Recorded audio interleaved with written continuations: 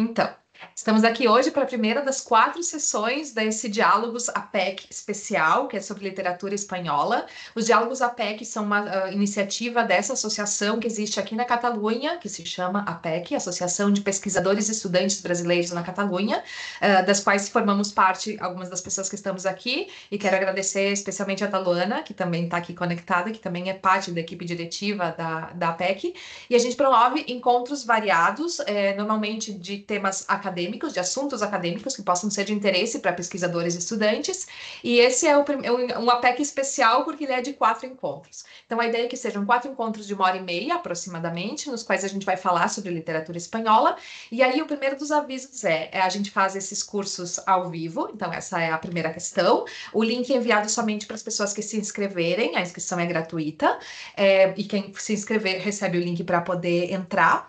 Os certificados a gente vai emitir ao final desses 4 encontros, que é um encontro por mês, né? Então nos próximos, esse e mais 3 meses vão ser esses encontros, porque a pessoa que assistir a 3 ou 4, pelo menos 3, né? 3 ou 4 dos encontros vai receber o certificado de curso de formação, na totalidade das horas do curso, e quem não puder assistir a esse mínimo de 3 encontros, vai receber certificado individual das sessões daí que participar. Então, se for 1 ou 2 sessões, a pessoa recebe esses certificados dos encontros individuais, e se a pessoa assistir ao menos 3 das 4 sessões de formação, então vai receber o certificado do curso completo.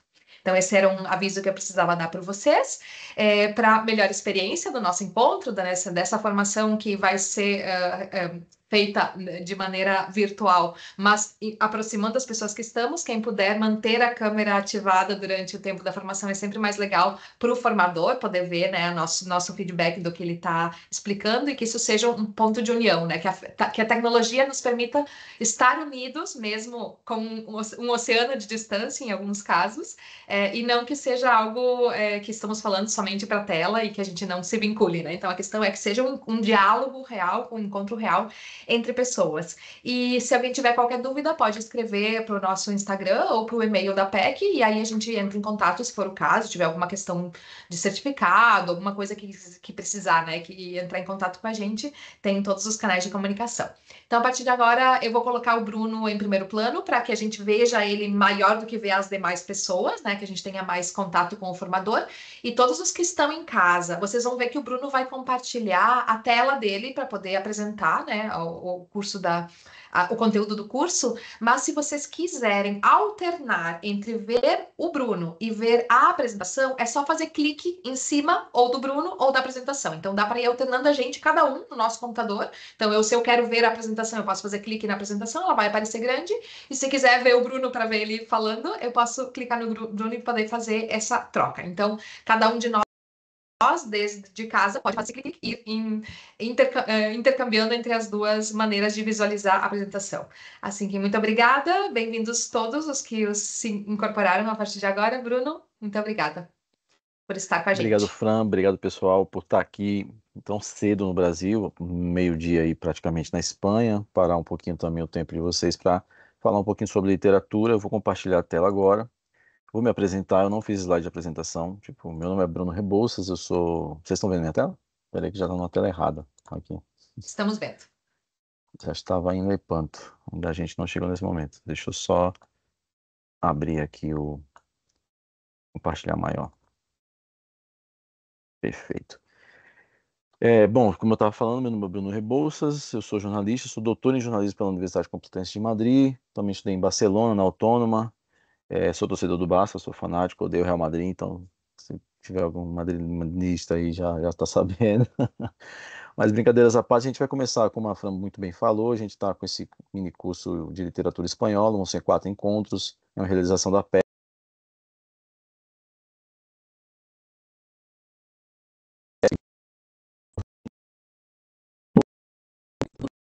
Porque é uma das minhas paixões. Administro o perfil que Literatura e Algo Mais, que é um perfil no Instagram, em outras redes sociais, também tem YouTube, mas o YouTube está um pouco desatualizado. Então a gente vai ter 4 encontros, e aí falar um pouquinho mais especificamente deles, a gente vai falar sobre 2 escritoras catalanas, a Mercè Rodoreda, com A Morte e a Primavera, e A Praça do Diamante, que é um clássico, um dos melhores livros assim sobre a ditadura franquista que existem, né? E a opinião não é minha, obviamente, mas é do Gabriel Garcia Marques, então já vai ter um peso um pouco maior. A gente vai falar de uma escritora que eu adoro, que é a Mercedes Sade Sades, que tem um livro também que é um dos favoritos da minha vida, que é A Gangrena. Não tem edição no Brasil, para quem está no Brasil. A Praça do Diamante tem edição no Brasil, mas A Morte à Primavera não. O segundo encontro vai ser sobre um dos meus escritores favoritos, assim, espanhóis, que é o Eduardo Mendonça, também catalão, Prêmio Cervantes 2016, que escreveu A Cidade dos Prodígios, que é sobre a história de Barcelona, principalmente o bairro de La Eixample, o crescimento imobiliário, toda a questão cultural também do final do século XIX para o XX. Então tem toda uma contextualização interessante assim para conhecer bem Barcelona. A gente vai falar disso no terceiro encontro. E Linha de Gatos, que fala sobre os dias antes da ditadura, do golpe de Estado de 36, que gerou a Guerra Civil Espanhola, e é um livro maravilhoso. O último encontro vai ser sobre Carlos Ruiz Zafón, e a gente vai falar do Cemitério dos Livros Esquecidos, que é em Barcelona. Então, os 4 livros são ambientados em Barcelona, os 4 livros falam de literatura, os 4 livros falam de ditadura, os 4 livros falam de coisas fantásticas, né? Um livro que tem muitos elementos de realismo fantástico, é um dos meus livros favoritos também, A Sombra do Vento. Quase todos os livros são os meus livros favoritos, então vocês vão ouvir essa frase muitas vezes durante o nosso encontro. E hoje a gente vai começar com ele, né? Com Don Quixote de La Mancha, aí a Praça Espanha, aqui onde eu estou também, e é o Monumento a Cervantes em Madrid. Eu morei em Madrid 4 anos, sou muito apaixonado por Madrid, apesar de ser torcedor do Barça e amar muito Barcelona. É uma relação que eu não tenho muito bem resolvida, então eu não consigo escolher qual eu prefiro. Então não me pergunte se eu prefiro Madrid ou Barcelona, porque eu realmente fico muito na dúvida e fico muito apreensivo em conseguir responder essa pergunta. E aí, o que é um roteiro da aula, a gente vai começar por alguns aspectos que a gente tem que conhecer antes de entrar em Don Quixote, porque existem, por exemplo, a Batalha de Lepanto que o Cervantes lutou, que é em 1571, é uma coisa muito importante para a obra, e no livro ele vai citar isso muitas vezes, e essa, para Cervantes, foi o maior feito que ele fez, lutar nessa batalha. Ele foi ferido, a gente vai saber já já mais detalhes. A gente vai passar pela vida do Cervantes, que é uma vida muito quixotesca no termos de aventura. Então a gente vai conhecer aqui que ele foi preso, tentou fugir várias vezes, enfim, foi preso na Espanha, foi preso em Argel, foi preso por piratas. A gente vai falar do livro especificamente, vamos fazer uma análise, vou fazer um resumo para quem nunca leu ou quem não conhece muito, para a gente ficar um pouco mais situado. Vai ter spoiler, né? Porque assim como o Titanic afunda, o Don Quixote morre no final, então, tipo, mas a gente vai chegar até lá de uma forma que a gente consiga entender por que que isso faz sentido e por que que isso, segundo algumas análises, é uma traição de Cervantes ao Quixote. Tem uma edição falsa entre a primeira de 1605 e a segunda de 1615, e tem muitas especulações. Eu vou citar alguns autores supostos assim que tem essa fofoca da época de lançar, e aí Cervantes decide, depois dessa edição falsa em 1614, escrever o segundo volume e finalizar o personagem, justamente para ninguém mais profanar esse personagem que ganhou em muitos poucos anos uma fama e uma ascendência muito gigante na literatura espanhola, até mesmo na época. E aí a gente vai falar de um pouco de arte, vai falar de algumas pinturas. Eu trouxe alguns exemplos aqui legais. Então vai ter Dalí, vai ter Picasso, vai ter outros autores. E se Don Quixote tem continuação, que é uma pergunta que todo mundo faz, e a gente vai saber no final. Então vou começar pela Batalha de Lepanto. A Batalha de Lepanto é uma das batalhas navais, é uma das maiores batalhas navais da história. Até 1944 ela foi a maior batalha naval que existiu no mundo. Ela só perde uma batalha entre Estados Unidos e Japão na Segunda Guerra Mundial, em 1944. Em 1944, perto de Leyte, que fica perto das Filipinas. Ela aconteceu no dia 7 de outubro de 1571 e foi uma batalha entre a Liga Santa, que foi liderada pela Espanha, e outros estados outros estados católicos contra o Império Otomano. Então foi uma guerra muito voltada para a dominação do mar Mediterrâneo, mas muito também para frear a expansão do Império Otomano em relação aos territórios europeus. E foi uma batalha muito fundamental para o que o Ocidente foi até então, e era, e todo esse desenvolvimento dos impérios europeus, principalmente nesse momento de Portugal e Espanha, que eram os mais, haviam dividido mais ou menos o mundo ali na linha de Tordesilhas, e a Espanha muito maior, estava no seu apogeu de desenvolvimento territorial sob Felipe II. Cervantes vai lutar nessa batalha, mas isso eu estou dando spoiler do outro slide. Enfim, foram cerca de 400 navios e 80 mil homens, então assim, é uma dimensão muito gigante para a época que a gente está. E, por exemplo, essa batalha é maior que as batalhas navais da Primeira Guerra Mundial, que é 400 anos depois. Então, para a gente ter uma dimensão do tanto de que se lutou. A Liga Santa era composta pela Espanha, a Veneza, os Estados Papais e alguns outros reinos católicos europeus que contribuem. Ela foi liderada pelo Juan de Áustria, que era irmão do Filipe II. Filipe II é o rei mais importante entre os reis de Áustria da história da Espanha. E a gente vai conhecer outros dois mais hoje, vai conhecer o Filipe III e o Filipe IV também, que é o neto dele, mas foi o mais fraco dos três Felipes aí mais famosos. E a gente chega na expansão. Então, essa batalha é fundamental. Cervantes, nesse dia, eu já vou passar para o próximo slide. Peraí, que eu acho que travou a câmera. Agora vai. Então, a gente vai chegar na vida de Cervantes, porque a vida de Cervantes está muito atrelada à Batalha de Lepanto, porque ele nasceu em 1547 em Alcalá de Henares. Alcalá de Henares é a primeira cidade universitária da Europa, a Universidade de Alcalá. Só que aí só um disclaimer aqui. Ela se chamava em árabe, ela era dominada pelos árabes, como toda a península foi dominada pelos mouros. Ela se chamava de Complutense, de Compluto, na verdade. Por isso que a Universidade Complutense, que agora é de Madrid, ela é na verdade de Alcalá, porque a Compluto é Alcalá de Henares em árabe. E eles deram pelo menos esse nome, eu não sei se é a tradução exata. E aí eles fundaram depois, muitos anos depois, a Universidade Complutense. Essa universidade fechou e depois Madrid pegou o título e fundou a Universidade Complutense de Madrid, onde eu fiz doutorado, eu e o Vargas Llosa, que morreu semana passada. A única coincidência que a gente tem, além de ter se encontrado duas vezes, mas depois eu posso contar essa história mais no final. E aí o Cervantes luta em Lepanto, e o Cervantes é ferido três vezes nessa batalha. Ele estava doente, não queriam deixar ele lutar, ele estava febril, e só que ele disse que isso seria uma desonra para ele ficar no porão enquanto a batalha estava ali rolando. E ele luta mesmo doente. Ele é ferido três vezes, duas no peito e uma no braço esquerdo. E o braço esquerdo dele ficou inutilizado. E você vai ver que as estátuas de Cervantes jovem, ou os quadros, ele sempre está com os braços ao lado do corpo. Então, um detalhe. E depois, um pouco mais velho, essa mão esquerda sempre está pendurada no corpo, porque ela ficou inutilizada, ela não foi arrancada, e ele ganhou o apelido de Manco de Lepanto. E ele sentia muito orgulho de ter sido lutado em Lepanto. Ele vai dizer isso em algumas passagens de Don Quixote, e ele sempre vai dizer que Lepanto é a maior glória de Espanha, porque, claro, a luta também é uma luta religiosa, né, um país muito católico, todo mundo, na verdade, essa guerra santa sempre existiu, né, principalmente muito fortemente naquela época. E ele vai ser capturado por piratas argelinos, já chegando um pouco na Espanha, mas isso vai passar um poucos anos. Depois da Guerra de Lepanto, da Batalha de Lepanto, ele vai vagar pela Itália, vai ficar aí perambulando, e em 1575, ou seja, 4 anos depois da batalha, ele volta para a Espanha. E quando ele está chegando perto de Cadaqués, aí na Catalunha, que é a cidade de Dali, ele e o irmão dele, Rodrigo, foram capturados por uma tropa turca e eles foram levados prisioneiros para Argel. Só que o Cervantes, como lutou em Lepanto, ele tinha duas cartas muito importantes, em uma delas do Juan de Áustria, que era o irmão do Filipe II, ou seja, o general supremo o comandante, né, não seria general, que coordenou a batalha, né? E então, e como ele estava com essas cartas, e aí começa a partir de agora o azar de Cervantes. Tudo vai dar muito errado para ele. E parece um pouco algum meme que diz que, mas a vida é essa sim é uma caixinha de surpresa e acontece uma desgraça.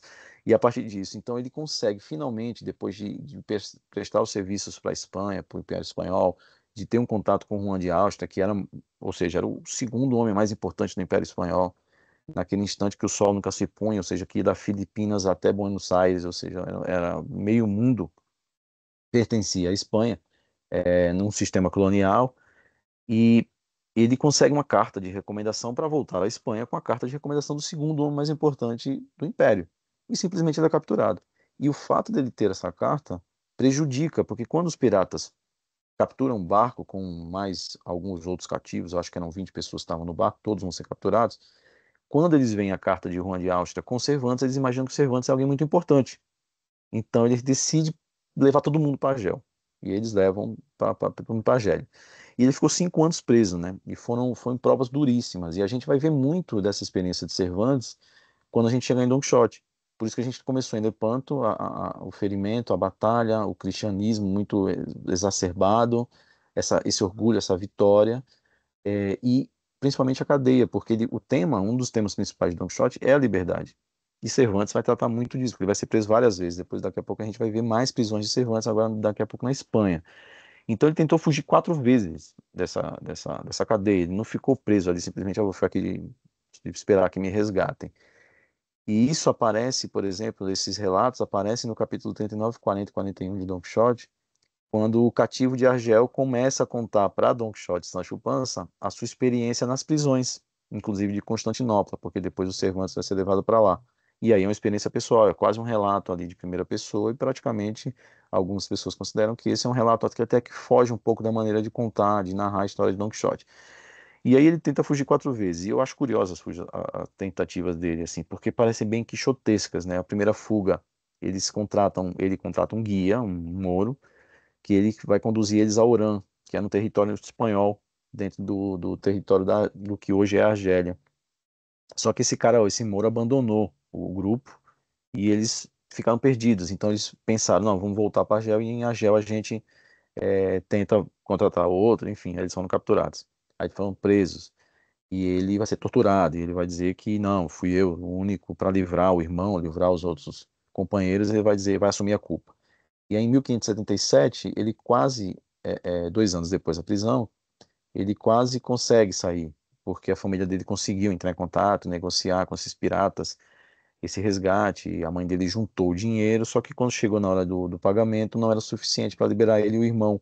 Então Cervantes prefere que o irmão seja libertado primeiro, e aí quando o Rodrigo, que é o irmão do Cervantes, volta para a Espanha, ele leva um plano de Cervantes bem detalhado, escrito pelo próprio Cervantes, para liberar ele e mais 14 cautivos, ali, cativos, né? E eles compram um barco vem da Espanha para resgatá-los ali na madrugada, eles chegam muito perto na praia para tentar entrar no barco, só que aí eles mais uma vez são capturados e mais uma vez eles são presos. E aí o Cervantes de novo assume a culpa sozinho e ele fica meio que numa solitária durante 5 meses, cheio de correntes e aquelas bolas pesadíssimas de ferro na prisão. E aí ele vai tentar fugir mais uma vez, e agora ele vai tentar ir caminhando a Orã, que é um território espanhol, como eu comentei.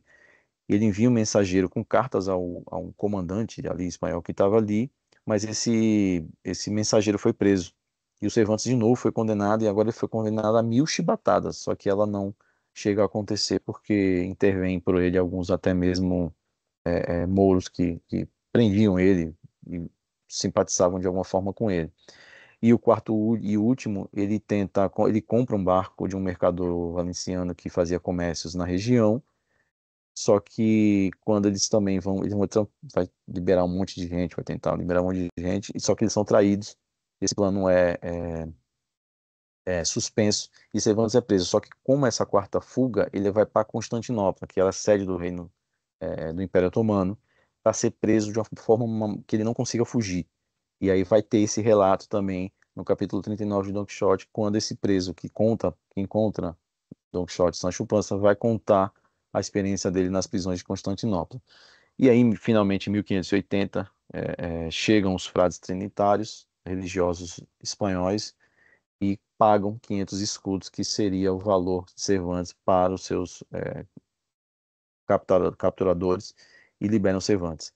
E 5 anos depois, ele vai começar a produção literária dele com o primeiro livro, La Galateia, que vai ser a primeira grande obra, assim, ele já tinha sonetos, ele tinha poesia, mas vai ser o primeiro romance dele, né? Entre 1587, aí começa de novo, parece que as coisas vão melhorar para o Cervantes, ele voltou para a Espanha, tá legal lá, tá tranquilo, arranjou um emprego, e aí ele vira, ele vai fazer, ele vai ser um comissário de mantimentos, acho que seria essa tradução, ou seja, ele vai ser responsável por andar pela Andalucia, para conseguir mantimentos e fundos para a Armada Invencível de Filipe II, que vai atacar a Inglaterra em 1588, vai ser derrotado pelo Canal da Mancha, mas a Inglaterra vai dizer que ganhou, enfim, e vai derrotar a Invencível Armada. E ele junta mantimentos ele vai recolhendo, né, ali com o pessoal da região, só que ele vende uma parte desses mantimentos e ele é preso de novo em 1594, ele fica um mês preso, e aí depois ele é liberado, enfim, ele é absolvido desse problema. A armada é derrotada, quase totalmente destruída, nunca mais volta a ter essa marinha tão potente, a Inglaterra começa a sobressair nesse sentido. E aí, em 1594, ele passa a ser cobrador de impostos, também na região da Andalucia. Então, essa parte é muito importante porque o Cervantes tem no livro algo muito fundamental, que é a diversidade da forma como os personagens falam de acordo com as suas regiões, dos seus pueblos, as suas aldeias. E isso tudo vem de um conhecimento profissional que ele teve como cobrador de impostos. E ele ganhou bem nessa época, estava legal de vida, mas a vida é uma caixinha de surpresa. E aí ele botou o dinheiro dele num banco e o banco faliu. Nossa, Cervantes também, puta merda, muito azarado. E aí, como ele não conseguiu, ele não tinha mais dinheiro, o dinheiro dele estava no banco, ele não conseguiu mais honrar com os compromissos dele, ele foi preso em 1597 por 3 meses. E é nesse período que ele começa na cadeia a imaginar o Don Quixote, o livro, né? E o Sancho Panza, no próximo slide a gente vai ver um quadro que justamente que mostra isso, né? O Cervantes preso pensando nisso. O Cervantes chegou a dizer em cartas que ele gerou o Don Quixote na cadeia. E assim, então assim, a gente vê já aí muita relação da liberdade que o personagem tem com o seu autor. E aí eu acho que tem uma questão autobiográfica. E aí em 1604, agora sim parece que as coisas vão, ele consegue a autorização real para publicar Don Quixote e publica em 16 de janeiro de 1605. E aí nasceu aquele que é o maior livro da literatura, porque ele vai fundar muitas coisas e a gente vai ver isso um pouco mais para frente. E então a gente entra em Don Quixote de La Mancha a partir de agora. Don Quixote é um dos meus livros favoritos. Eu falei que vocês iam ouvir essa frase algumas vezes.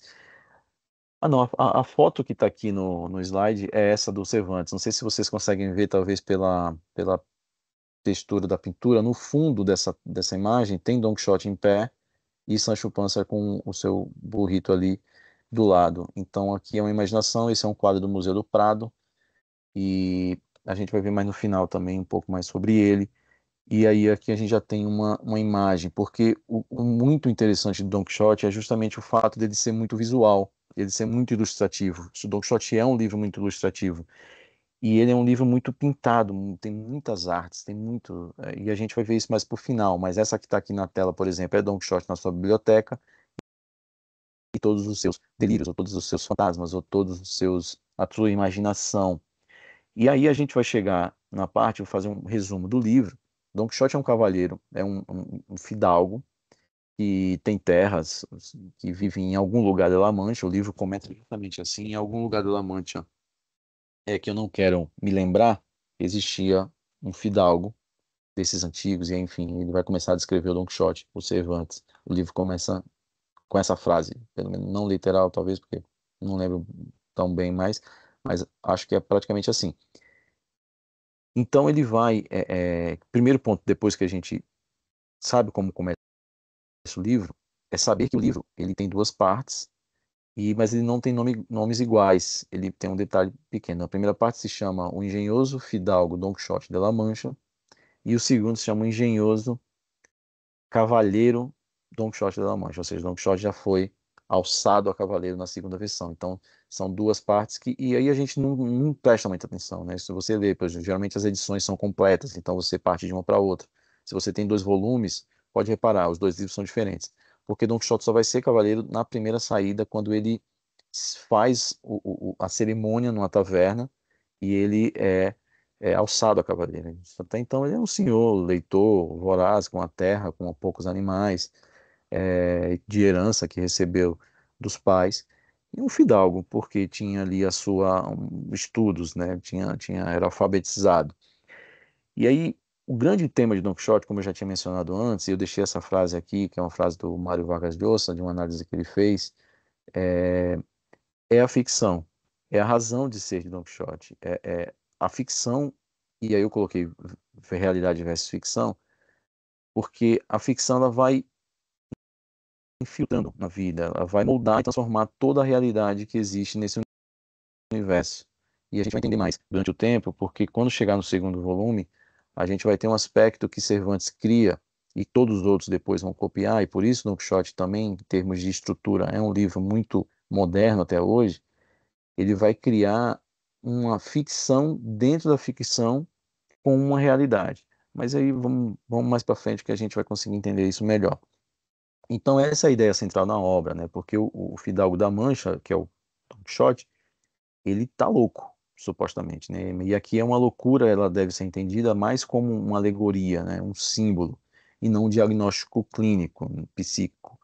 Ele perde o juízo porque ele lê muito, e livros de cavalaria especialmente, e ele vai acreditar que o mundo, na verdade, é como esses romances. Então, assim, a ficção, ela, no começo do livro, ela já começa a vencer a realidade ao adentrar a cabeça de Don Quixote. E aí ele encontra nessa vida que ele vai seguir a partir de agora, vivendo uma ficção que daqui a pouco vai se tornar realidade, porque quando ela impregnar todo o universo, a verdade, a ficção vira realidade, ele vai achar que na verdade os desastres que acontecem com ele, na verdade são coisas cômicas ou desastres feitas por nigromontes, fantasmas ou mágicos. E ele não aprende nada com isso, assim, ele não aprende com os fracassos dele. Então, quando ele luta com o moinho de vento, na verdade ele é derrotado por um dragão. Ele não é derrotado pelo moinho de vento. O moinho de vento, quem está vendo, somos nós que ainda não estamos nessa realidade ficcional. E ele tem uma fé inabalável de todo fanático, assim, ele acredita que tudo dá errado justamente por encantadores malignos que estão contra ele, que é o grande cavaleiro, o cavalheiro que vai salvar o mundo, né? E aí é a mágica, que aí a mágica começa a acontecer, porque a ficção ela começa a contaminar a realidade. O mundo aos poucos ele vai se desdobrando, as excentricidades do Don Quixote. E até o Sancho Panza, que no início é um sujeito totalmente assim, pé no chão, um cara que não tem educação, que é um analfabeto, mas que tem a sabedoria popular, e ele é bem materialista e prático, então para ele tem que ter alguma coisa. Tá? Eu não vou fazer aventura por nada. Mas ele vai começar a ser seduzido, principalmente na segunda parte, por essa fantasia, porque ele vai virar governador de uma ilha, a Ilha Baratária, né, que é uma ilha fictícia, e que ele vai ser governador, porque foi a promessa que Don Quixote fez. Não, você é meu fiel escudeiro, e eu prometo que quando a gente conquistar nossos objetivos, seu prêmio vai ser governador de uma ilha. O que você quer? Ah, eu quero ser governador de um lugar, então você vai ser governador, que era um cargo muito importante, né? Quer dizer, ainda é, né? Um presidente de comunidade hoje em dia, um governador de estado no Brasil. E ele entra nesse jogo de ilusão, então o jeito dele falar muda, há momentos em que ele fica tão refinado quanto o Don Quixote, tão culto quanto, e ele é um cara rural, né? Literalmente de pé no chão, assim, de tratar a terra, ele é funcionário do Don Quixote. E aí a própria estrutura do livro vai reforçar isso, né? Então a gente, por exemplo, tem um exemplo que é uma história que eu acho muito bonita, que é a história do Basílio e da Quitéria. O Basílio é apaixonado pela Quitéria e a Quitéria vai casar com um homem mais rico que ele, né? Casamentos arranjados e tudo mais. E o Basílio, ao saber disso, ele finge se matar no dia do casamento da Quitéria, e ela fica sabendo, vai até lá, e ele tá todo ensanguentado lá no chão, e ele pede para, como último desejo, que ela dê a mão para ele, né? Que tipo, um negócio super pecado, se uma mulher tocar num homem, um homem tocar numa mulher. É, e ele ressuscita quando ela dá a mão para ele, né? E aí o plano funciona. E aí, na verdade, o plano era com a ajuda de Don Quixote. E aí a ficção vai se tornar realidade, porque ela vai deixar de casar com um cara que ela foi prometida para ficar com um cara que ela ama. Então eles ficam juntos, com a ajuda de Don Quixote. Então aqui a gente já tem uma cena fictícia que vai se transformar em realidade. E aí um outro exemplo, que é um pouco mais até doloroso para quem gosta de livro e para o Don Quixote, é quando os amigos do Don Quixote, no vilarejo dele, nesse lugar da Mancha que a gente não sabe onde é, eles condenam tudo que Don Quixote durante a vida inteira faz, justamente porque ele lia muito, então ele não tratava a terra vai se desgastando, os animais vão morrendo, eles vão ficando sem dinheiro. E ele está ali lendo os livros dele, a sua grande biblioteca e tudo mais. E a família, junto com a sobrinha e a ama, eles decidem queimar os livros dele, para ver se cura a loucura do Don Quixote, né? E eles acabam usando a própria ficção como remédio. E eles criam cenários, eles criam personagens, situações para dizer para Don Quixote que, na verdade, quem queimou os livros não foram eles, foram os inimigos dele. E aí eles também saem do real e entram na ficção. E esse efeito justamente de querer transformar essa realidade, ela tem um efeito contrário também, porque a ficção vai devorar o restante dos personagens do livro, né? A ama, a sobrinha, o barbeiro, o bacharel, enfim. E aí outro exemplo seria também o bacharel Sansão Carrasco. Ele vai se disfarçar duas vezes para lutar com o Don Quixote para trazer o Don Quixote de volta. Don Quixote é um idoso, então ele está andando de cavalo com armadura, literalmente, pelo sol radiante entre Andalucia e La Mancha, e ele vai lutar duas vezes com ele. A primeira vez como Cavaleiro dos Espelhos, só que ele perde Don Quixote. E aí a gente entra um pouco mais no resumo. Depois ele vai lutar com Don Quixote em Barcelona, na praia de Barceloneta, como Cavaleiro da Lua Branca, e ele vai ganhar. E a aposta deles dois vai ser que, tipo, a minha mulher é mais bonita que a sua. Porque Don Quixote tem a Dulcinea é a mulher mais linda de todas. Don Quixote não aceita que nenhuma outra mulher ou que nenhum outro homem diga que ela não é a mulher mais bonita do Império. E o Cavaleiro da Lua Branca sabe disso, vai dizer isso pra eles, eles vão lutar, Don Quixote vai perder e a aposta vai ser, não, então você volta pra sua cidade e fica lá por um ano sem poder sair. E eu sou vitorioso. E o livro se caminha para o final nesse instante. Então, Don Quixote, o resumo da ópera seria esse, já entrando um pouco na análise, né? Que eu pulei uma parte, tipo, eu não deveria ter falado da ficção da realidade antes de ter falado do livro. Então, Don Quixote vai sair pela Espanha, vai ter muitas aventuras. Don Quixote vai ter muitos problemas também, e a gente vai ver mais para frente, quando ele libera prisioneiros, porque ele acha que eles estão presos pelo Estado, e o Estado nem tem essa ideia de Estado, tá? Mas entendam como a autoridade máxima. E então o livro é sobre isso, né? E aí muita gente considera que ele está louco, muita gente considera que, em outra interpretação, que na verdade tudo acontece na cabeça dele, que ele não saiu de casa em nenhum momento, coisa que eu não acredito. Eu acredito realmente que ele saiu andando aí desbravando a Espanha e percorrendo de La Mancha até Barcelona, que Barcelona é a última batalha, a última cidade que ele visita, e aí com a glória já muito grande, né? Mas a gente vai ver isso um pouquinho mais para frente. E aí o final do romance, ele tem um gosto meio amargo que eu comentei, que é essa parte que há uma certa traição de Cervantes com Don Quixote. E não é triste porque ele morre, é triste porque ele volta à realidade. Quando ele perde o Cavaleiro da Lua Branca, ele volta para a casa dele e ele adoece. E aí ele simplesmente sai do estado de Don Quixote, naquele instante, toda aquela glória que ele já tinha, com todo o reconhecimento, até mesmo dos vizinhos que desprezavam ele no começo e da família que só queria que ele voltasse para casa e não morresse em alguma cidade deserta, ele recobra a lucidez e diz que ele não é mais Don Quixote, que a partir de agora, que foi a enquete da PEC ontem, o nome do Don Quixote é Alonso, Alonso Quijano. Ele recobra essa lucidez, ele renuncia a essa identidade quixotesca. E Cervantes parece que quer finalizar o livro, em poucas palavras ali. E aí o Mário Vargas Llosa vai dizer isso, né? Que ele vê esse momento como algo muito irregular e quase irreal do livro, porque quando o mundo todo já se deixou levar pela ficção, justamente o Quixote retorna. E foi ele o primeiro impregnado, né?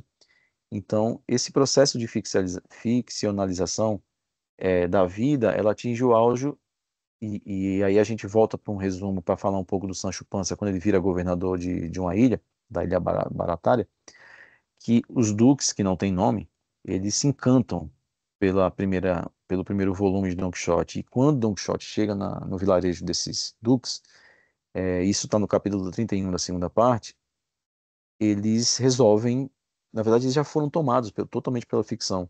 Então, eles transformam o castelo deles para que tudo funcione como uma encenação para cumprir essa promessa de Sancho Panza ser um governador. E tudo é uma ficção vivida. Então, essa já é a realidade, né? É como se o mundo inteiro passasse a girar no mesmo eixo ilusório do Cavaleiro da Triste Figura. O Cavaleiro da Triste Figura é a alcunha de Don Quixote. Todo cavaleiro tem que ter a sua. E ele é o Cavaleiro da Triste Figura. Que até tem um pouco de sátira e humor, assim, ó. O livro é muito engraçado, muitas partes, assim. Ele tem um humor muito refinado. E a realidade se dissolve, né? Durante vários capítulos, o que era literatura, vida vira literatura. E aí o jogo dessa fantasia se consome tanto que os duques, eles não aceitam que Don Quixote e Sancho Panza vá embora, porque eles seguem viagem, eles estão em caminho de Barcelona. E eles mandam os soldados deles, os criados, irem atrás de Don Quixote e Sancho Panza para trazer eles de volta, para capturar eles, porque a realidade deles, na verdade, agora é aquela, é aquele universo, eles estão vivendo dentro do livro de Cervantes, eles não estão vivendo mais a vida deles, né? E a ficção volta a vencer. E aí, nesse mundo dos duques, Don Quixote não é mais um louco isolado, ele está em casa, tudo ali é ficção. desde o Sancho Panza ser um governador até as encenações de quando ele é recebido em Barcelona por Dom Antônio Moreno, que é um nobre da cidade, que tem ali as chaves da cidade murada, e Don Quixote entra em Barcelona com grandes vivas, como se fosse não, ele é um herói. E ele vai fazer uma volta por Barcelona com Dom Antônio, e alguém vai ofender Don Quixote, e vai dizer que Don Quixote, na verdade, é perigoso, porque Don Quixote é a ficção, ele transforma todo mundo em ficção e transforma todo mundo em mentiroso. Essa parte foi muito ofensiva, acho que foi desnecessária. Mas o que Cervantes está dizendo, na verdade, é que por onde Don Quixote vai, a ficção vai junto com ele.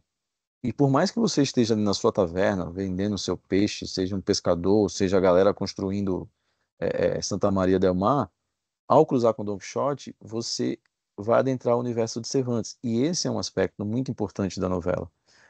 Porque o livro é sobre ficção. O livro é sobre livro, né? O livro não é a história, as aventuras simplesmente de Don Quixote passeando pela Espanha e cometendo diversas barbaridades e erros e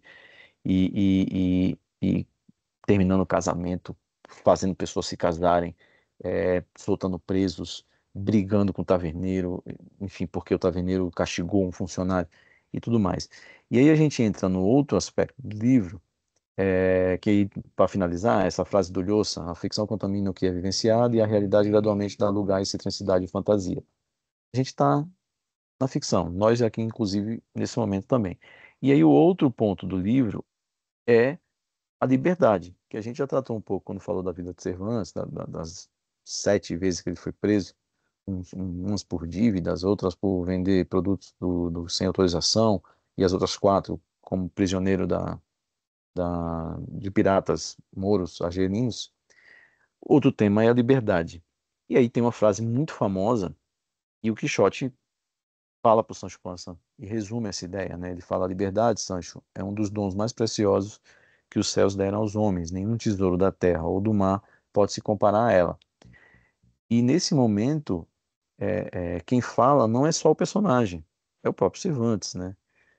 Ele sabia o que era perder a liberdade. Ele passou 5 anos como prisioneiro dos mouros em Argel e ainda foi preso, como eu mencionei, mais outras 3 vezes por dívidas, por suspeita de má gestão, né, quando era cobrador de impostos e tal, da Armada em Andalucia. Cervantes tinha fome de liberdade, né, no corpo, no espírito. Isso, muitas análises falam isso, né, e as próprias cartas do Cervantes também. Por isso Don Quixote não acredita na justiça, que a justiça, na verdade, ele não acredita na justiça. Ele não acredita que a justiça, que o progresso, que a ordem social, ela venha de autoridades. Ele acredita que, na verdade, a responsabilidade é individual, ou seja, é dele como cavaleiro. E aí a gente conhece, a partir de então, o termo quixotismo, né? Você é uma pessoa quixotesca, ou seja, você tem ideais muito puros diante de um mundo muito perverso. E isso acontece com Dom Quixote, né? Esse conceito nasce com Cervantes. É um cavaleiro, o cavaleiro vai andando e ele vai lutando pela liberdade, né? Ele é movido por isso. É uma vocação que ele tem muito pura. Ele tenta consertar as coisas que estão erradas no mundo. E na prática, para ele, a autoridade, que seria o império, né, que seria o Estado, ele na verdade atrapalha na maioria das vezes. E aí a gente toca nesse ponto muito importante da obra. Onde, cadê a autoridade na Espanha? Na Espanha retratada por Cervantes, tipo, durante Don Quixote, cadê a autoridade? A autoridade não aparece. E aí a gente entra num ponto que é muito importante para conhecer um pouco dessa época do século de ouro da Espanha, é que todos os artistas, escritores, então Cervantes, Quevedo, Lope de Vega, que citam reis, depois o Velázquez, eles tratam sempre os reis da Espanha, como eles eram muito poderosos, da menor maneira possível. Então, nessa época, a Espanha está sendo governada por Filipe III. O Filipe II já tinha morrido em 1598. O filho herda, que foi também um rei muito importante, tem uma estátua gigantesca na Praça Maior de Madrid. Ele quase não aparece. Ele aparece em quase 1000 páginas. Você não cita a autoridade, você não cita governadores, você não cita o rei. Cita-se o rei pouquíssimas vezes. Isso porque por Cervantes e por, né, por os artistas do século de ouro, E aí depois o Foucault tem uma análise que se chama As Palavras e as Coisas, que ele analisa as meninas de Velázquez, e a menina é a filha de Filipe IV, ou seja, neta de Filipe III. Ele aparece pequenininho no fundo, no espelho, porque quanto menor o quadro na parede, maior o poder do rei. Quanto maior o quadro na parede, menor o poder do rei. Então Cervantes também trata assim também a força do Estado de uma maneira curta e pequena, justamente para mostrar que a presença deles é onipresente, eles não precisam nem ser citados. E o Don Quixote, na verdade, ao contrário do seu mentor, ele não vai hesitar em enfrentar as autoridades, quando elas, obviamente, entrarem em choque com a noção dele de justiça e liberdade. E mesmo que isso pareça uma missão arriscada, uma missão suicida, uma missão, inclusive, ilegal, contra a lei. E um exemplo marcante disso é quando, uma das passagens mais famosas, é quando ele liberta os 12 condenados que estavam sendo levados para a prisão, porque, na verdade, para Don Quixote, eles eram vítimas de uma injustiça, eles estavam dentro de gaiolas. Então, Don Quixote vê aquilo, luta com os soldados, ele ganha, assim, de uma forma até meio milagrosa, um senhor ali, meio até. É que eu nunca ofendo o Don Quixote, mas eu quero usar patético, entre aspas, para deixar só imagina você estar caminhando na rua e ver um senhor com lança, escudo e uma armadura de ferro, magro pra caramba, com um cavalo desnutrido, e ele lutar com a polícia e vencer. Ele faz isso e liberta isso. Só que depois que ele liberta os caras, ele apanha os caras espancam ele. Então, tipo assim, ele quase morre pela liberdade. E é a partir disso que o Sancho meio que repreende ele dizer, tipo, esses caras são bandidos perigosos, e ele diz, não, a liberdade é um dom precioso, e toda injustiça deve ser combatida, e deve ser combatida por mim, e por você, no caso do Sancho, como cavaleiro andante, né? E aí, a gente entra, quando a gente falou do Cervantes em Sevilha, andando por Andalucia, cobrando impostos, qual é a Espanha que ele representa, né? E aí ele representa a Espanha do tempo dele, que é uma Espanha que, de alguma forma, se parece à Espanha atual, né? De pueblos, de cidades, de comunidades, só que algo muito vasto, muito plural, muito universal, naquele instante sem fronteiras, né? Que o sol nunca se põe. E ele vai tratar isso, né? Ele vai tratar essa, esse extrato social de uma forma muito diversa, né? E quando Filipe II morreu, foi a maior expansão territorial da Espanha, né? E no romance ele é real, né? O país é muito mais real do que ele é na realidade, porque a Espanha é uma, né? E o sistema colonial, os territórios ultramarinos que eles chamam de Espanha, na verdade, são colônias, né? São expansões. Ele é fragmentado, mas no livro ele dá uma identidade de pátria, que ainda nem existe, tá? Isso vai surgir depois da Revolução Francesa, em 1789, mas ele dá esse sentido, né? E aí nas três grandes viagens que o Quixote faz, ele sai de La Mancha e passa por Aragão, que eu odeio tipo, essa tradução em português, Aragão e Catalunha, e ele vai encontrando personagens de referência do país inteiro, inclusive de colônias que estão ali na Espanha. E a Espanha que o Cervantes vai mostrar é justamente uma Espanha coesa, diversa, né? Cada pessoa pertence, mas cada pessoa pertence acima de tudo ao seu povoado, à sua vila. E a gente vê muito isso até hoje na Espanha. Quando você pergunta de onde as pessoas são, a Fran, quando a Viviane entrou na ligação, ela perguntou, ela já está há 26 anos aí, ela perguntou, ah, você está na Espanha? E ela respondeu, eu estou em Barcelona. E aí você fala assim, ah, mas Barcelona está na Espanha. Bom, não necessariamente. Barcelona é um universo sozinho, a Espanha é outro. Então a gente tem muito aqui a ideia, por exemplo, do Sancho. Quando o Sancho volta de uma das saídas, ele olha para a terra dele e abre aspas, ele diz, abre os olhos, pátria querida, e vê que volta a ti o Sancho Panza, teu filho. E a gente tem muito isso na Espanha hoje. Na Espanha tem duas coisas muito importantes. São os times de futebol, que geralmente são os grandes times de futebol que alcançam o país inteiro, todo mundo tem um ou não, mas todo mundo tem o time da sua cidade, do seu povoado, todo mundo bebe geralmente a cerveja feita na sua comunidade, né, que seriam nossos estados, e tem o seu pueblo. Então, se você conhece o pessoal, você vai vendo que, eu sou de Tarragona, de Terraça, eu sou de Belhaterra, enfim, que são pequenas cidades ali ao redor de Barcelona.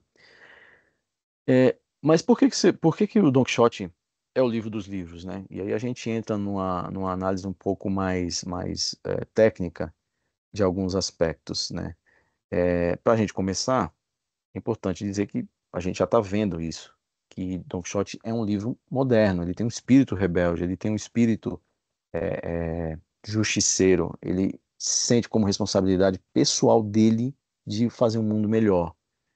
E aí algumas pessoas até li nos análises recentemente que veem Don Quixote protótipo do liberal clássico, da liberdade individual acima do Estado. Então, tipo, e é que hoje em dia os caras ficam falando isso, Estado mínimo, essas coisas assim, enfim. Mas falando dos clássicos, né? Falou assim, não, a liberdade individual, e aí é isso o formador dos Estados Unidos, por exemplo, é a liberdade individual que vai formar o país, né? Da questão dos liberais clássicos. E ele vai lutar por esse mundo melhor, e ele tem essa responsabilidade, e ele pode custar a vida dele, assim, ele pode ser espancado por 12 prisioneiros que ele acabou de libertar, mas ele vai fazer isso, né?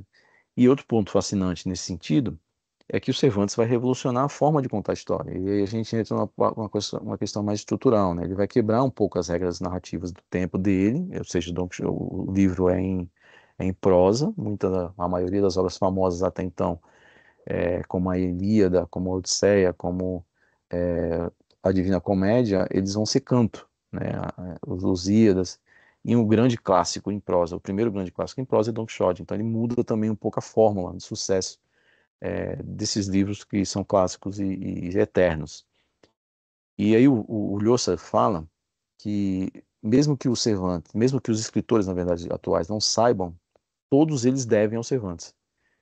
E porque o Don Quixote é uma revolução literária, né? Ele vai continuar evoluindo com o tempo, né? E aí eu já mencionei isso, que tipo, até hoje existem interpretações diferentes, ou interpretações novas, ou uma visão nova do que seria Don Quixote, né? E a última foi essa que eu comentei com vocês, e que ele é um precursor das liberdades individuais. Então, ele é um dos pensadores do, do, do liberalismo clássico, né? Que a individualidade ela é mais importante que a coletividade. E aí um dos aspectos mais inovadores da narrativa é a maneira como o Cervantes ele lida com a figura do narrador.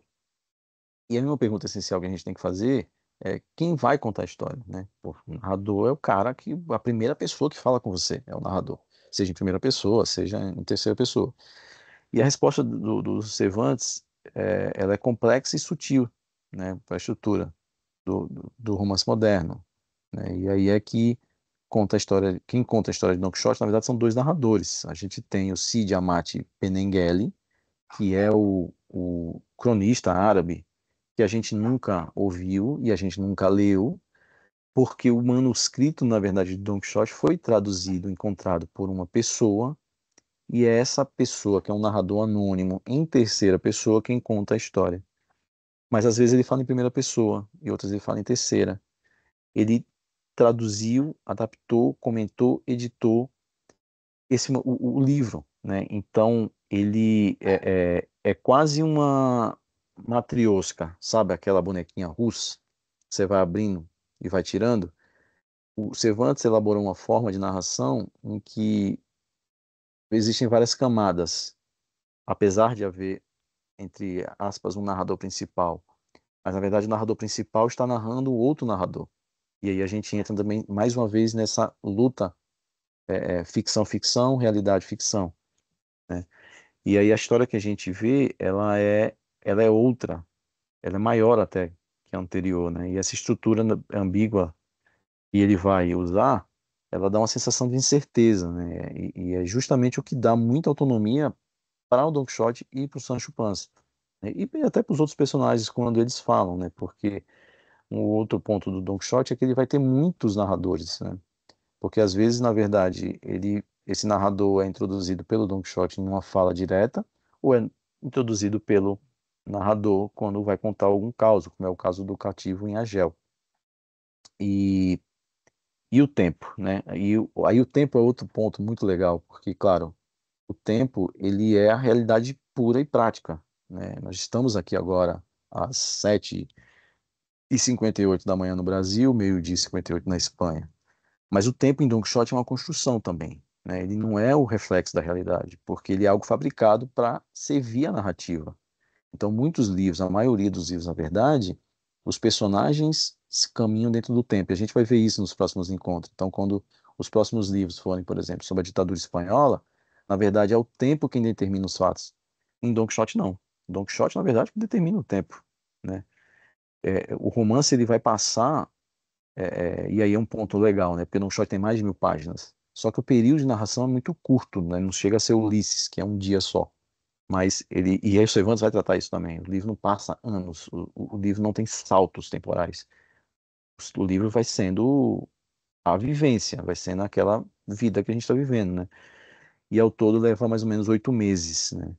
Mas a forma que o Cervantes conta, ele dá a sensação de que aqueles eventos duraram muitos anos, né? Se quem já teve a oportunidade de ler, ou ler um pouco, ou conhece um pouco, vai perceber isso entre a primeira saída e a terceira, que são as 3 missões que ele cumpre, ele basicamente vai viver intensamente, assim, todos os dias, principalmente na terceira, né? Porque as 2 primeiras são mais curtas. E a primeira viagem, por exemplo, ela dura 3 dias só. Ele vai lá, sai, dá um rolê ali perto do vilarejo dele. Ele é nomeado cavaleiro numa taverna. E ele era o despertador, tocando aqui, não sei se vocês ouviram. A segunda, ele vai uns 2 meses, mais ou menos. E a terceira dura uns 4 meses, que é a maior parte toda no segundo volume. E aí tem intervalos, tem o final, tem o momento em que ele fica doente. Ele vai e volta no passado, ele antecipa o futuro, ele usa depoimento das testemunhas, que é esse outro aspecto da estrutura do livro, para contar episódios específicos ali, como se fosse uma fofoca que Don Quixote está chegando no vilarejo, e aí, ó, minha mulher que eu amo vai casar com outro cara, e a história é assim, assim, assado, me ajuda. Ah, não, então você vai fingir que vai morrer, enfim, a gente vai te ajudar, você vai casar com ela. E isso amplia muito o tempo narrativo, né? E aqui vem uma das maiores ousadias na segunda parte, né? Que eu acho que é um dos pontos assim que faz com que tipo, o Don Quixote seja muito um dos meus livros favoritos, é que os personagens no segundo no segundo volume, eles leram a primeira edição. Ou seja, eles sabem quem Don Quixote é. E Don Quixote é um personagem de livro. E isso cria uma outra camada de realidade. Aí, mais uma vez, a gente entra na metáfora da matriosca. A gente estava na realidade ficção início do livro, a gente passou por uma realidade sendo contaminada pela ficção, a gente entrou na ficção, e agora a gente está na ficção da ficção. Porque quando os personagens leem a primeira edição e veem Don Quixote e Sancho Panza passando pelo seu vilarejo, na verdade eles também estão dentro de um livro. Eles também são personagens de um livro a partir de agora. E aí existe tanta ficção dentro dessa realidade que você já não sabe, quer dizer, eles na verdade já não sabem, eles não sabem na verdade, porque eles já estão introduzidos na ficção sem se dar conta. E a partir disso, e aí entra nessa questão do estado de loucura, que a gente comentou lá no começo, que não é um estado clínico, é uma alegoria, é um símbolo, tá todo mundo também um pouco louco, na verdade, né? Porque todo mundo agora faz parte do livro. Para o Vargas Llosa, tem uma frase interessante dele também na análise, esse é um truque literário, né? Ele fala, vou abrir aspas, essa pequena estratégia tem consequências profundas para a estrutura do romance. Isso quer dizer o quê? Que o tempo da ficção se multiplica. Aqueles 8 meses passam a parecer uma vida inteira. A história que a gente está lendo, na verdade, ela está acontecendo dentro de um universo maior, onde os personagens, na verdade, são heróis literários também, como Don Quixote e Sancho Panza. E eles alcançam a gente que está lendo. E a gente está numa outra realidade, ou seja, na realidade que é nossa. Então, somente o leitor, nesse instante, está vivendo a realidade. Nenhum personagem mais está, mesmo aqueles que só interagem com o Don Quixote na segunda edição. E aí, com essa estrutura, o Cervantes antecipou grandes aventuras literárias, ou seja, ele vai servir muito de inspiração no futuro, né? Essa relação de vida e ficção, que vai ser um tema muito explorado na literatura moderna, principalmente pelos autores do realismo mágico, a partir dos anos 60, né? E o mais famoso desses livros é Cem Anos de Solidão, do Gabriel Garcia Marques. E tem outro que é um pouco precursor, maravilhoso, que tem até uma série na Netflix, saiu recentemente, apesar que Cem Anos de Solidão também saiu recentemente uma série na Netflix, que se chama Pedro Páramo. Na verdade, não é série Pedro Páramo. Pedro Páramo é um livro. Pedro Páramo é sensacional. O cara sai da cidade dele depois da morte da mãe para procurar o pai e vai para uma cidade. E eu não vou contar, porque se vocês forem ler, se eu contar qualquer coisa de Pedro Páramo, vocês nunca mais vão ler nem ver nada, porque assim, perde totalmente a graça. Mas isso quer dizer que Cervantes antecipou toda essa questão da vida e ficção, o que é real, o que não é real. E por isso Don Quixote segue sendo um livro moderno. E a parte também da perenidade do Quixote vem do estilo de Cervantes, né? Ou dos vários estilos que ele usa na obra. E aí dois se destacam, que é isso que a gente está comentando desde o começo, o real e a ficção. Quando uma pessoa conta, que aí são os contos intercalados, né? Que na verdade poderia ser isso também, ser um livro sobre várias histórias, quase contos. Ele tem um tom mais rebuscado, ele tem mais floreios, ele tem algo mais informativo, né? Quando o Sancho Panza fala, o padre ou o barbeiro, o pessoal da vila dele, o idioma é simples, é direto, é popular, né? Cervantes vai adaptando o nível de linguagem dos personagens à classe social, à educação, à profissão. E isso a gente vê em livros mais modernos também. A gente vê, por exemplo, num livro brasileiro, Grande Sertão Veredas, que, de acordo com a região de Minas Gerais que o bando vai andando, o sotaque e a forma de falar vai mudando.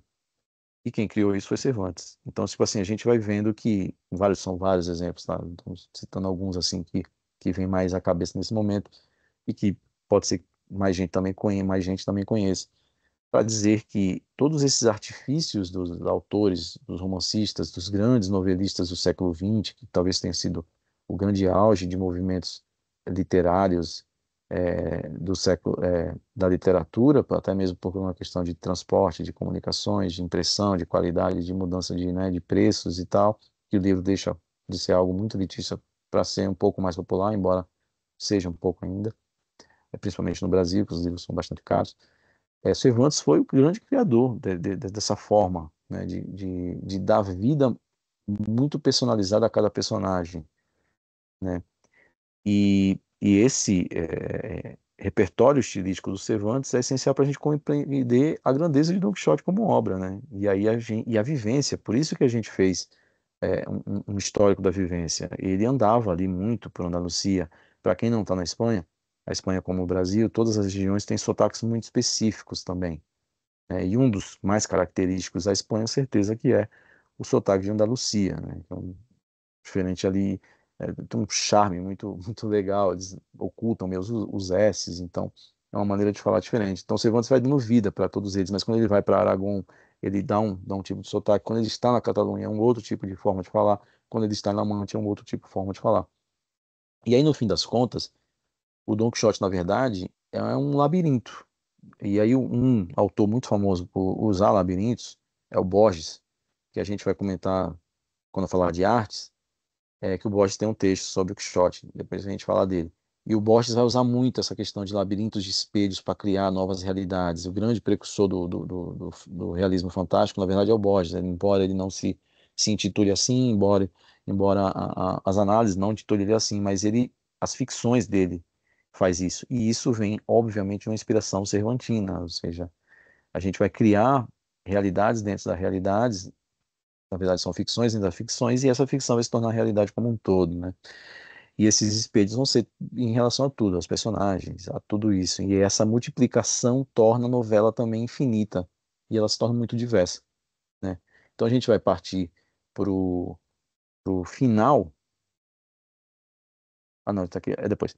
Então a gente vai partir para o final. Então, Don Quixote, na verdade, assim, fazer mais um resumão do que a gente falou tudo até agora e falar sobre o livro, ele é muito mais do que uma história de cavaleiro maluco, sabe, que sai lutando aí com tramoinhos de vento, que é justamente a ilustração que está nesses slides, né? O que Cervantes criou foi uma novela e uma crítica à própria ideia do romance, porque, claro, os romances, ele era muito fã também, né? De romances de Cavaleiros Andantes. Don Quixote, obviamente, é um grande fã e, na verdade, é uma sátira tudo isso, né? É uma invenção literária que ele vai zombar de todas as ficções da época, né? E também dele mesmo, até mesmo porque o Don Quixote sofre muitas coisas que são de se zombar, né? São engraçadas, tem um humor muito relevante. E isso é o que torna o Don Quixote muito moderno, né? Mesmo sendo um livro do século XVII. E essa complexidade toda é o que faz dele a primeiro grande romance, né, moderno. Antes dele, o que existia eram histórias soltas, sem tanta profundidade, sem tanta unidade. Don Quixote, na verdade, por outro lado, é o ponto de partida, né? É quase a semente. Por isso que chama o livro dos livros, porque a partir dele surge um modelo de escrita, surge um modelo editorial, né? Que os franceses depois vão capturar muito bem, principalmente com Dumas, com Alexandre Dumas, ou Dumas, né? E, depois tudo isso vira literatura. Qualquer depoimento, tudo, a realidade é usada, os fatos históricos e tal. E nenhum livro depois de Don Quixote escapou completamente dessa influência, né? E é uma das coisas mais revolucionárias que Cervantes faz é criar personagens com vida interior, que é isso que a gente comentou agora há pouco, o sotaque, o jeito de falar, as profissões, a maneira de se expressar. Todos eles são contraditórios, todos eles são imperfeitos, eles mudam com o tempo, eles evoluem com o tempo. Sancho Panza é um deles, ele é muito ogro, muito chucro, muito humilde, e ele vai se transformando em alguém culto, com um linguajar mais refinado. E não é, que nem a gente falou, só uma façanha. Don Quixote não é só uma façanha literária. Ela é uma invenção narrativa, né? Ela é uma aventura moral. O cavaleiro enfrenta um mundo degradado, cheio de mentira, brutalidade, injustiça, ou seja, o mundo como ele é hoje também. E ele responde isso com fantasia. Ele responde com justiça, com generosidade, com beleza. É, Ele vai transformar a vida é muito dura para ser vivida de forma real, então a gente lê por isso, né? Eu acho que essa frase é do Ernesto Sábato, que é um escritor argentino, né? Então, o Cervantes vai rir do Don Quixote também, mas vai fazer isso com muito carinho, e isso é muito poderoso, né? Que a gente também acaba rindo, a gente também sente pena, a gente se emociona, porque no fundo o Don Quixote ele é uma loucura lúcida, né? Como os estudiosos da área dizem que na verdade a loucura é um estado muito elevado de lucidez. E o Don Quixote é isso, né? É uma forma de olhar a realidade, na verdade, que desmonta completamente o mundo como a gente vê. E aí tem a relação com o Sancho Panza, que é muito bonita, eles são muito amigos, enfim, essa amizade vai crescendo. O Sancho ele representa o senso comum, né? Mas ele também vai ser contaminado pelo sonho do Quixote, ele vai querer ser governador, ele vai querer ser líder, ele vai querer ter algo, né? E o Quixote vai se deixando tocar também pela sabedoria do Sancho. Então essa troca é muito interessante, né? São dois públicos completamente diferentes. E a história termina, né? Como a gente já mencionou, quando o Don Quixote morre e ele renuncia a essa loucura e volta a ser um Alonso Quijano, um leitor voraz, que tem uma terra ali acabada, que já tem poucos animais, está cheio de dívidas. E isso não é uma vitória, né? Na verdade, isso é uma derrota, né? Como a gente comentou mais em cima, porque o Don Quixote acaba aceitando o mundo medíocre, sem encanto, sem dragões, sem moinhos de vento. Ou seja, na verdade, essa parte está ficando um pouco depressiva. Ou seja, era para terminar mais para cima. Mas é isso. Então, tipo assim, Don Quixote o final é triste não por causa da morte, mas por causa desse idealismo que se vai, porque na verdade ele compreende que a vida é aquela. Ele tá numa cama e ele tá já, tipo, o mundo é essa coisa sem encanto. Então a gente passa para ser mais rápido, para a gente terminar, para a gente tentar bater um papo mais. Tá bem pertinho para terminar, pessoal. Tá um pouquinho mais de paciência, por favor. Em 1614 vai surgir uma edição falsa, tá? Então, a primeira edição é de 1605 e a segunda é de 1615. Mas a de 615, o Cervantes escreve para responder, na verdade, a de 1614, que foi assinada por esse tal de Alonso Fernandes de Avellaneda. Algumas pessoas disseram que era o Lope de Vega. Lope de Vega é um cara muito famoso, ele era dramaturgo, ele é um cara que tem prolixo pra caramba, profílico, escrevia muito, mais de 3.000 peças de teatro a eles, e eles moravam na mesma rua em Madrid, né? E se você for a Madrid, se você for na Calle de León, que é a rua onde morava o Cervantes, na esquina tem a casa do Cervantes e mais na frente tem a casa do Lope de Vega. E na esquina morava o Quevedo, ou seja, são três dos maiores autores do século de ouro. E surgiu isso, assim, e essa edição falsa continua a história, mas ela não tem o mesmo tom, ela não tem a mesma sutileza. O Don Quixote é um cavaleiro muito arrogante, enfim, ela descaracteriza tudo. E é a partir de então que o Cervantes ele resolve escrever a segunda versão, o segundo volume, né? E ele vai escrever esse segundo volume que para dar um fim à sua história, porque ela ficou aberta. E ele ficou muito indignado com isso, né? Porque na verdade profanou todo o que Don Quixote representava, né? Todos esses valores humanísticos, esses valores da liberdade, esses valores que ele representava. Então, assim, essa versão foi muito profana, assim.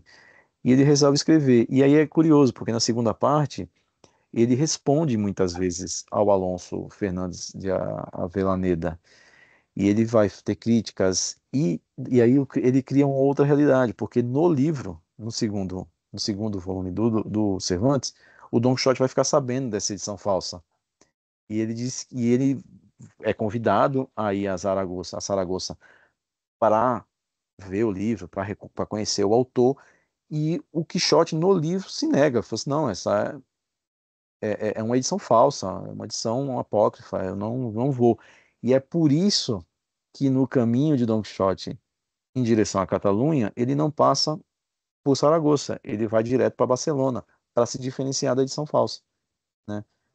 E aí tem toda uma relação de Quixote com Barcelona, a última batalha, toda uma frase muito bonita que a gente vai ver daqui a pouco. É, e assim termina. Aqui está a frase, tipo, ele quando chega em Barcelona, ele fica muito feliz, é muito bem recebido, como um herói, como alguém que tipo, já valeu, né, fantástico.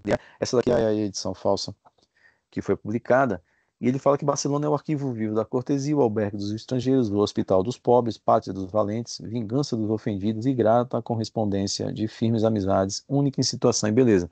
Então, como a gente está também falando com uma associação de Barcelona, também fica homenagem, né? Porque Barcelona é essa cidade realmente também única em situação e formosura, uma correspondência de grandes amizades.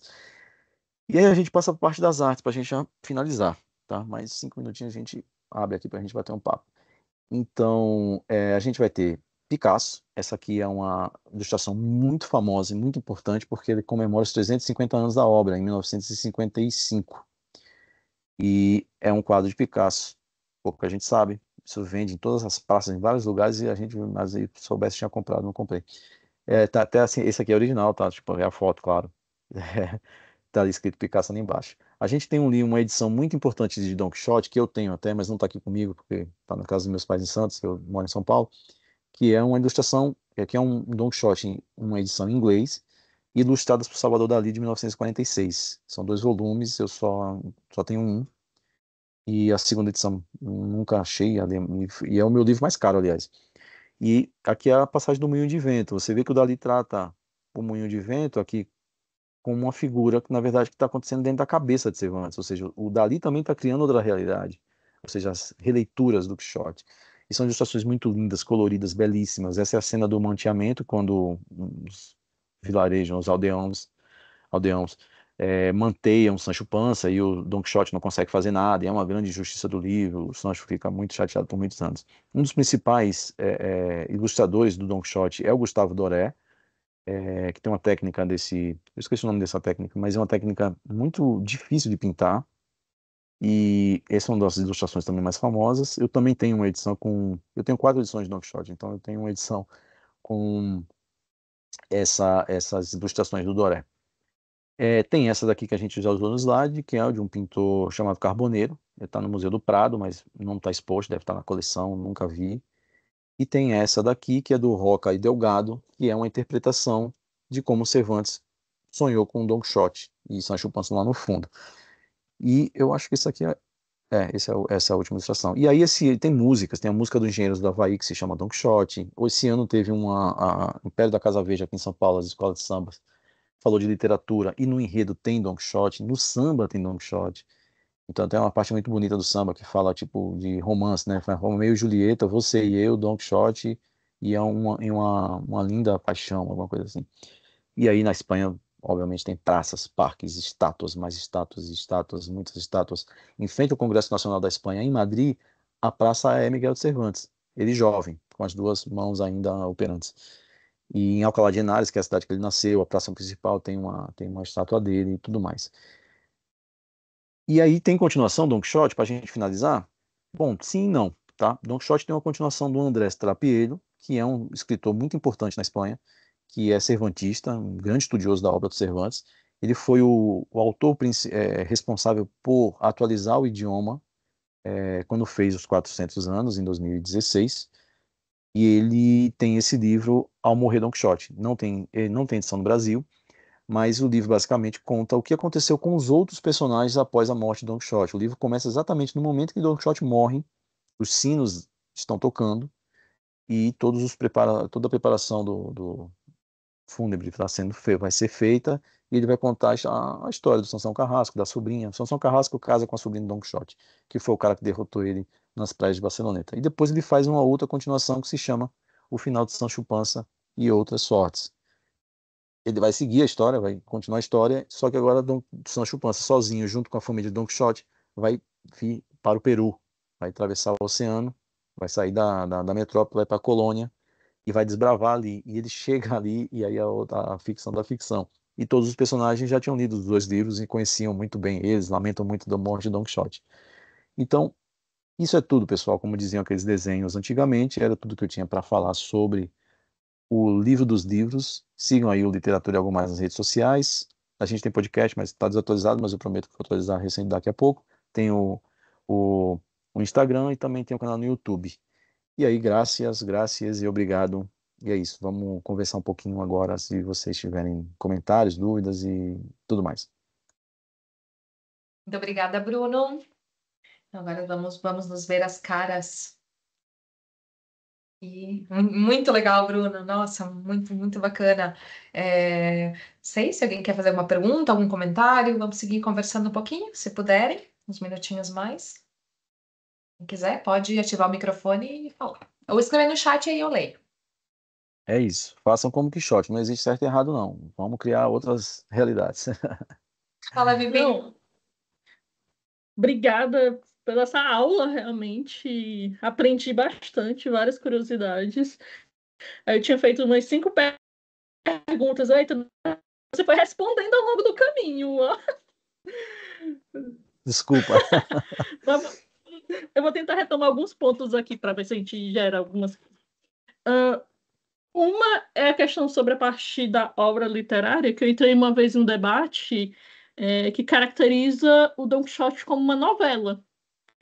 Aí, lógico, ele é um romance, um dos primeiros romances modernos, mas eu posso ver ele também como uma característica de novela, que às vezes quando a gente estuda novela, ela tem poucas páginas e tal, e o Don Quixote seria uma quebra de expectativa, né, com suas 1.000 páginas. O que você acha sobre isso?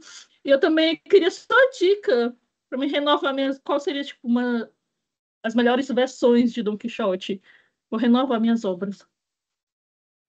Ah, legal. Eu acho que as últimas, começando pelo final, que essa é a pergunta mais fácil. As últimas edições são muito legais, assim. No Brasil tem, todas elas também são ilustradas. Se você quiser um em espanhol e tipo, puder comprar, sei lá, porque né, é mais caro, tem a do Trapiello, que é muito legal, que é uma atualização do idioma, que é esse autor que a gente citou no final. Uhum. Mas se você quiser ler uma original, as edições do Quarto Centenário são muito bacanas também.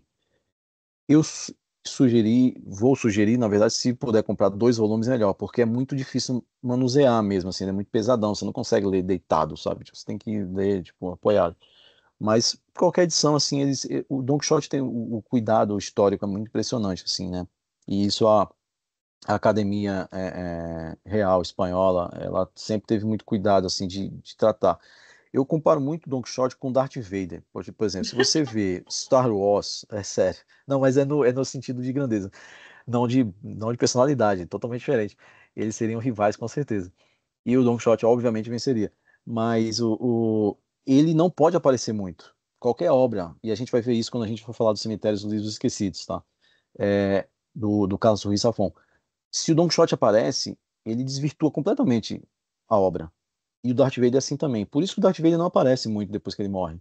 Ele aparece e vai aparecer, eu acho que no filme 9, e os caras depois se arrependem, porque a cena do Darth Vader em 1 minuto é a cena principal do filme.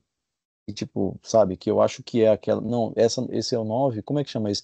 Que eles roubam o plano da nave, eu esqueci agora. Não, tem o Han Solo, é um spin-off. Depois eu lembro. Enfim, ele é muito gigante, né?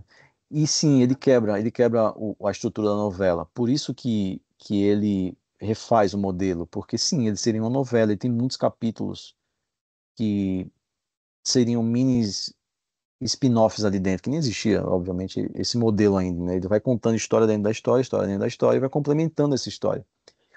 E ele vem para destruir mesmo. Ele falou assim, não, eu vou, é como o Cortázar faz em 63 com Rayuela, né? Que é o jogo da amarelinha. Ele Uhum. fala assim, o romance você lê da página 1 à página 100. E o Cortázar fala, não, você vai ler a página 20 e depois você vai ler a página 67. Ele dá uma indicação embaixo, assim. Aliás, uma ótima indicação de livro, tá? Ele vai indicando por onde você deve começar, porque você vai jogando esse jogo dessa amarelinha e, Uhum. e aí ele quebra também a estrutura do romance. E o Cervantes fez isso 400 anos antes. Ele falou assim, não, eu vou quebrar, tipo, primeiro, eu vou quebrar a forma de contar a história, que é sair do canto para a prosa. Ele quebra o modelo, porque ele faz um livro gigantesco, numa época que a impressão era dificílima, porque eles tinham que fazer os tipos móveis e fazer a prensa, página por página, então era um negócio muito complexo, e ele faz isso em menos de um ano, que é um feito grandioso, que ele consegue autorização para publicar o livro em 1604, o livro sai em 1605. E eu concordo, sim, que seja uma novela, mas que seja uma novela que ele falou, não, eu vou fazer meu estilo aqui e vocês aí tratem de caracterizar como vocês quiserem. Bom, aqui, vamos repetir os temas, então.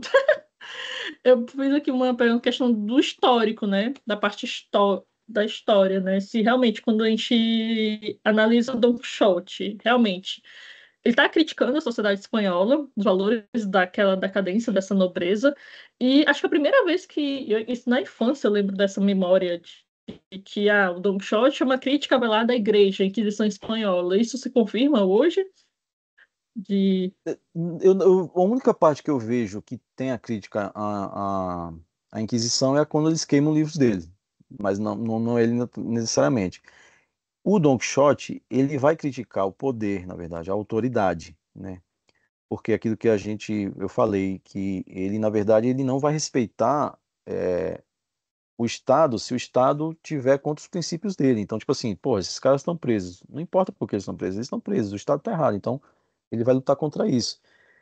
Eu não vejo como uma crítica à sociedade, mas eu acho que também tem um pouco de decadência, assim, principalmente porque depois que a Espanha, e aí isso vai durar uns 200 anos, tá? Até Trafalgar em 1805. Quando a Invencível Armada é derrotada pelo Mar do Canal da Mancha, porque eu sou contra a Inglaterra dizer que não teve batalha, e a Espanha vai perder a hegemonia dos mares e ela vai começar a perder territórios além mar, até chegar finalmente à Batalha de 1805, que a Espanha e a França se unem contra a Inglaterra, eles perdem, e isso vai gerar as independências das colônias espanholas, porque eles não têm mais frota Uhum. para reagir, entendeu? Principalmente no México. A gente viu isso nas aulas de história, né? Que a gente faz aulas de história, eu e a Vivi, com o professor João Daniel, que é um professor de preparação de concursos e tal.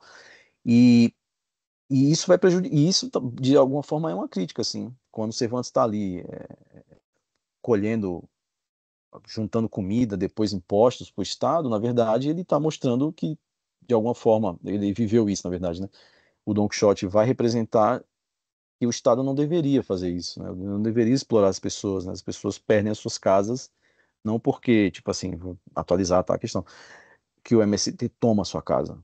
As pessoas perdem suas casas porque os bancos tomam, sabe? Porque, sabe, as dívidas e tal, o Estado toma. Então, ele tem algumas sutilezas críticas, mas eu acho que o Cervantes e o Don Quixote, eles são muito católicos até, eles são muito cristianos, assim. Tem muitas passagens religiosas. Eu não falei dessa parte porque, claro, é um livro muito universal, muito gigante, assim, né, e muito amplo. Mas eu acho que ele defende até a maneira sutil que ele trata o rei, que ele trata o Felipe III, no caso, que aí também é uma pegada dos caras, dos artistas do século de ouro. Assim, o rei é muito poderoso para ser retratado. Então a gente trata ele muito assim sutilmente, um quadro é muito pequeno. Aí não, o Felipe IV vai chegar porque ele foi um rei meio medíocre. E aí ele vai ter um quadro gigante, ele vai ter uma estátua enorme em frente ao Palácio Real de Madrid, porque ele é um rei ruim, ou seja, ele não tem poder. Então, quanto maior, sabe? Enfim. Mas eu não Uhum. vejo como uma crítica, não, principalmente ao período de Don Quixote especificamente. E só para finalizar aqui, deixa o pessoal também falar. Como é que você vê o personagem, o Don Quixote? Você caracteriza ele mais como um herói trágico, um herói libertador, uma alienação? Os três, mas eu acho ele um herói libertador. Sabe assim, se ele fosse, por exemplo, se ele fosse um americano como nós, um sul-americano, ele seria um libertador da América, vai. ele estaria lutando com os caras pelas independências. Mas ele, de alguma forma, tem esse estado de que... É que eu não entendo que ele está louco, por exemplo. A minha interpretação é muito pessoal. Mas, assim, claro, isso é um consenso. Ele tem um nível de loucura simbólica, pelo menos. Eu acho que ele foi tomado pela ficção. Assim, ele leu tanto que ele quis sair do mundo como ele é, com todas as suas violências, com todos os seus problemas, para viver uma vida que ele idealizou. Falou assim, não, eu quero viver isso aqui. E aí por isso que ele pega a armadura, o cavalo e sai. Acho que a Vivi caiu. Mas é assim, enfim, essa é a minha visão, assim. Mas eu vejo ele como os três, assim. Ele é libertador, ele é trágico e ele é meio alucinado também. Beatriz? Bom dia, gente. Boa tarde na Espanha, né? Mas eu queria pedir desculpa que eu tô com a câmera desligada, porque hoje eu tô Tá pelo tudo bem, celular. tá Mas tudo certo. Obrigado por entrar. não, então, eu queria. Acho que você já respondeu um pouco com essa questão da pátria que o Cervantes traz, mas é porque na Espanha a gente sabe que tem uma divisão assim regional muito forte. Eu tenho inclusive um professor que é galego, que se você falar para ele que ele é espanhol, ele fica muito ofendido, muito mesmo. Ele acha que você acabou de xingar todas. Sim. E eu queria saber se isso aparece no livro, assim, eu ainda não comecei a ler, porque eu estou atrasada na disciplina. Mas eu queria saber como que isso aparece no livro, se isso aparece, se dá para saber se Cervantes concordava com essa, porque assim, para esse meu professor, assim, quando eu falo que ele é muito galego, ele é muito galego e ele acha que devia ser outro país, ele odeia a Espanha, ele fala Uhum. galego, é muito importante para ele. E eu já fui a Barcelona e conheci pessoas também que eram desse jeito em relação a Catalunha, e eu queria saber se dá para saber o que o Cervantes pensa e como que isso aparece no livro. Não dá para saber, mas assim, o Cervantes, ele era muito, ele serviu, né? Ele foi soldado, ele foi ferido, ele lutou outras batalhas. Eu citei Lepanto porque Lepanto é a maior batalha mais importante também para aquele período e vai ser por muitos anos a maior batalha da Europa. Então, enfim, como a gente viu, até 1944 foi a maior batalha naval, ela é maior que Trafalgar, por exemplo, que é uma batalha muito importante, né? Que já é na época napoleônica. O Cervantes, ele trata muito de unidade, né?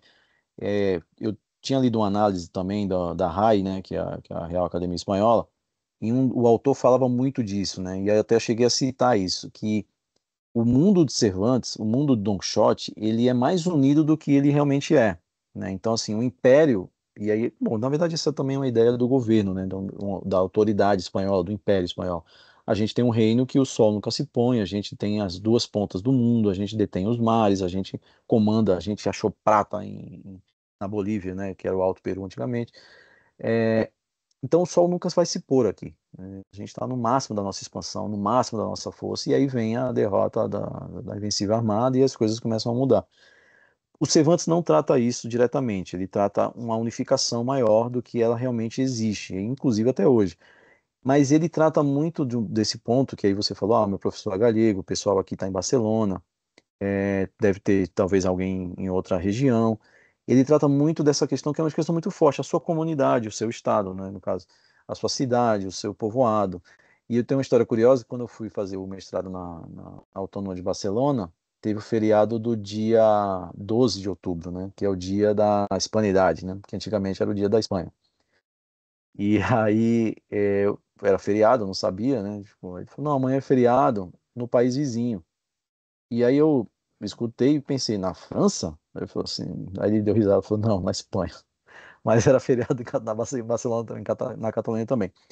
Então, esse aspecto que tem hoje em Barcelona, hoje eu acho que se aflorou muito, principalmente depois de 2012, na Catalunha, com a questão da independência, do Partido Independentista, dessa elevação toda. Isso sempre existiu, né, desde 1714.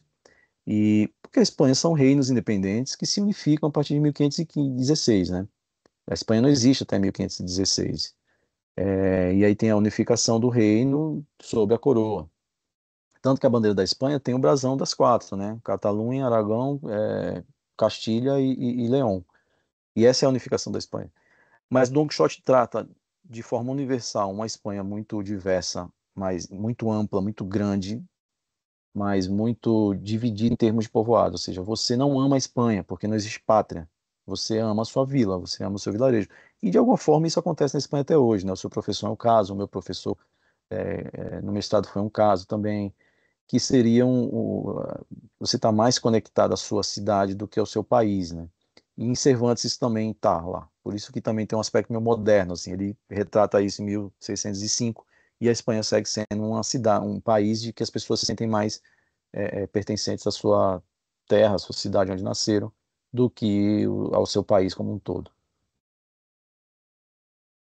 Muito obrigada. Muito boa a aula, eu adorei. Obrigado. Acho que a gente acabou muito bem com essa resposta que contextualizou também, né? A gente que está aqui, a Talu, eu, em Barcelona, na Catalunha, a APEC, que é uma associação de brasileiros na Catalunha. Acho que o Bruno acabou assim com chave de ouro com essa questão, né, de um país que não é tão grande como o Brasil. O Brasil é muito maior, mas existe um sentimento de unidade, por mais que exista também esses sentimentos de Estado, de cidade, a gente tem uma identidade nacional única, né? Como brasileiros, eu acho que temos, é a impressão que eu tenho. E aqui realmente sempre é uma questão, né? Isso de que dependendo de onde se está, a questão Estado, país, não é tão aceito, né? Uma questão complexa. Então, Bruno, incluir isso na tua análise aqui de Quixote também foi um luxo. Foi um grande prazer te ter com a gente. Então, só para retomar, agora a gente faz um aplauso para o Bruno e termina a sessão, mas só para, se não estavam todos conectados no princípio, os certificados desse mini curso vão ser elaborados no final das 4 sessões. Quem assistir ao menos 3 das 4 sessões vai ter o certificado do curso completo. Quem não conseguir assistir ao menos 3, ou seja, assistir 1 ou 2, ou 2 sessões, vai receber o certificado individual dessas sessões assistidas. Então, por isso que vai ser só no final que a gente vai elaborar esses certificados, tendo a lista de assistência de todos. Esperamos que o curso seja de interesse. Os próximos temas também relacionados com a literatura espanhola também vão ser abordados pelo Bruno, que está aqui com a gente hoje. A gente está muito agradecido da Exaltec e tomara que a gente possa contar com a presença de vocês que estiveram aqui hoje e com mais pessoas nas próximas sessões. E, Bruno, muito, muito obrigada. Se tu quiser dizer alguma coisa a mais, senão a gente te faz um aplauso bem grande, Bruno.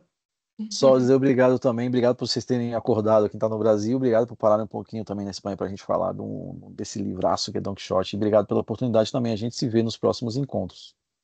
Muito obrigada. Se quiserem ativar o microfone, então, todo mundo, a gente faz um aplauso para ele. Obrigada, Bruno. Muito bem, foi ótimo. Valeu, pessoal, obrigado a vocês. Nos vemos em um mês, então. Valeu, pessoal, tchau, tchau. Tchau, tchau. Até